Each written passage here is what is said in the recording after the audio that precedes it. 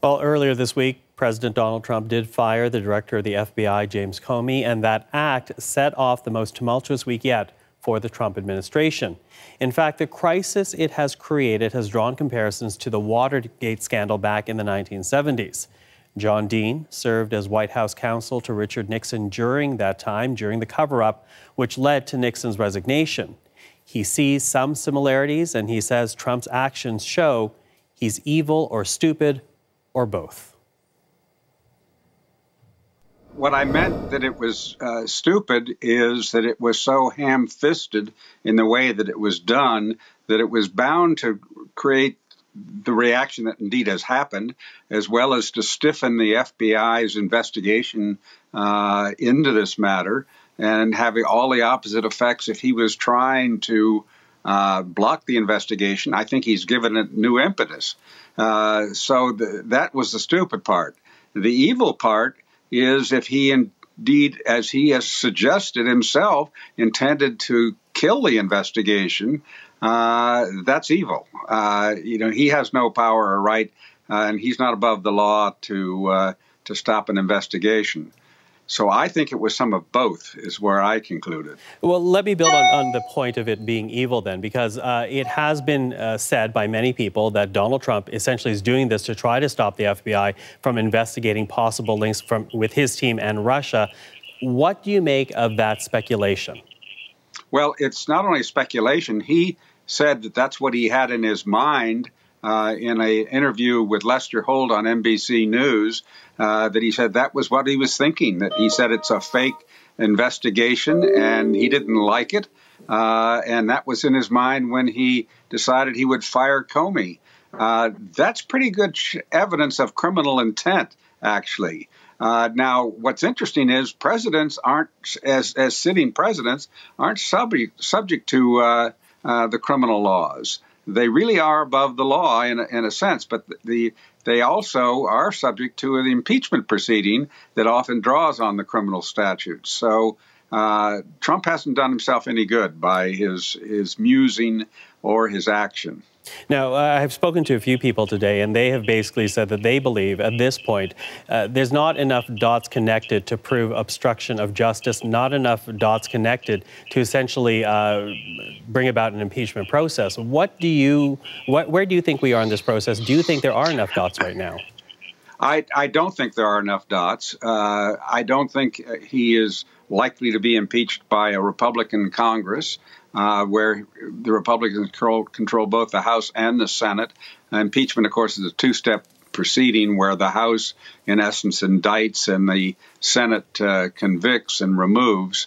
So we're not there. The Republicans seem to want this president to sign some of their legislation if they can ever get it through. And they're just looking the other way at this point. So there is no check or balance in our constitutional system at present.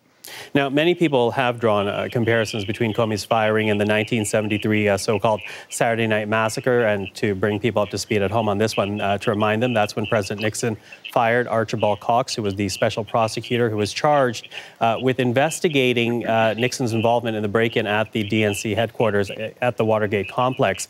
Do you see parallels between Trump's actions in this case and Nixon's? Not so much parallels as echoes. We have a little different situation. First of all, I don't think we've reached the massacre level. The reason it got to the massacre level with Cox was that Nixon fired his attorney general, his deputy attorney general, before he could find somebody who would fire Cox, who was the Solicitor General, the third person in his Department of Justice. And then when that was done, they sent the FBI, like stormtroopers, into the special prosecutor's office to secure the files. So it was a little bit more brutal, and that's where it got the label massacre.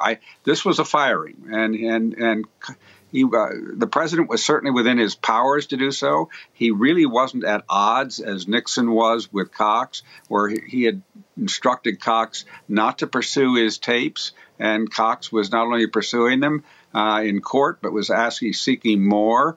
And we know the consequence of getting those tapes, of course, was the end of his presidency when they did finally get them. So it's a little different situation, but there are some echoes in the ham-fisted way in which it was handled. And what about the two men themselves, their personalities, the way that they govern? Do you see similarities or, to use your password, echoes between Trump and Nixon here? I do see similarities in their personalities. I think they're both authoritarian personalities. We wouldn't know that about Nixon, who was shy in public, but certainly not shy behind closed doors where he was running his taping machine. So I do see that problem or that difference. But I think they're very similar in their authoritarianism, and they like to be the strong man and do not like people to disagree with them. As a former counsel yourself, what do you make of the fact that the investigation has not yet wrapped up regarding the Trump team in Russia? Well, it's just very early. Notwithstanding this fact, it started in July of last year. Counterintelligence investigations, by their very nature, seem to take a long time and are always somewhat protracted. I think it is accelerating at this time. That might be one of the reasons that Mr. Trump is not happy with it. He may have some private inside feedback from people who are being called before grand juries now. We do know there's a grand jury investigating this. So they just take time by their nature. And I think that the FBI is from internal reports that have been leaking, seeking more resources to pursue so they can have more staff on it.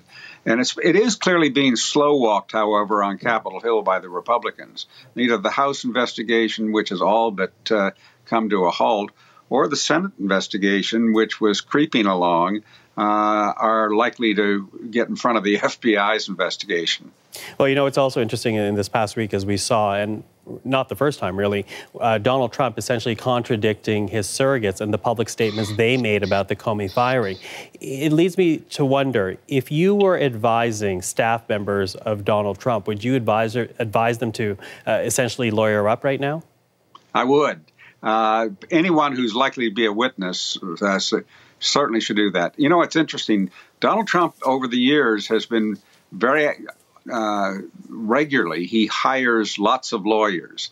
He lawyers up himself, and he's put together a very strong White House counsel's office. He's hired lawyers that have come from major firms who are obviously taking a salary cut to go to the White House to work.